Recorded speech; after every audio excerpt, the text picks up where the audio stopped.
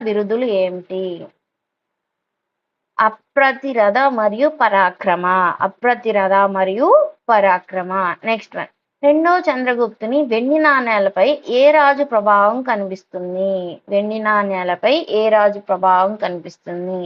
శకరాజుల ప్రభావం. Next one. కుమారగుప్తుడు పొందిన బిరుదు ఏమిటి? కుమారగుప్తుడు పొందిన బిరుదు ఏమిటి? మహేంద్రాదిత్య. మహేంద్రాదిత్య. Next one. నరసింహగుప్త బాలాదిత్య ఎవరిని ఓడించి విడిచిపెట్టాడు? హూణనాయకుడైన మిహిరకులుని. ఎవరిని? హూణనాయకుడైన మిహిరకులుని ఓడించి వదిలిపెట్టేశాడు. గుప్తుల కాలంలో విషయ కంటే చిన్న పరిపాలనా భాగం ఏమి? గ్రామం.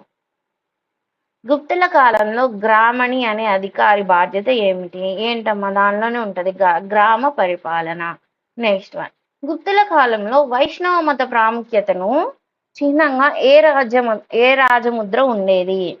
గరుడ ముద్ర. నెక్స్ట్. శైవ మతంలోని ఏ శాఖ వారు శ్మశాన వాటికల్లో నివసిస్తూ కపాలాల్లో భోజనం చేసేవారు?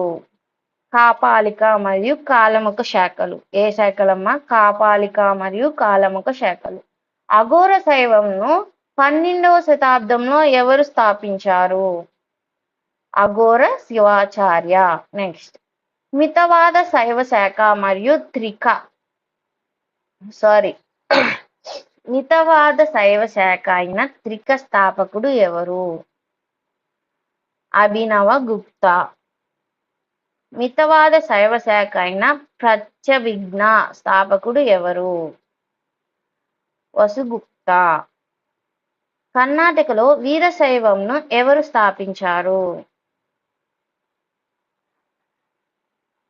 బసవన్న. Next one. మధ్యప్రదేశ్లోని బాగ్లో ఎన్ని బౌద్ధ గుహాలయాలు గుప్తులు నిర్మించారు?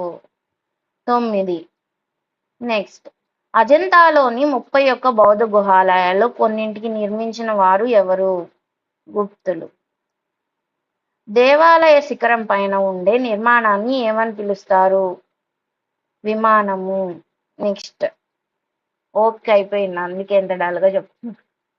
దేవాలయ గర్భగుడి పైన ఉన్న కట్టడాన్ని ఏమంటారు?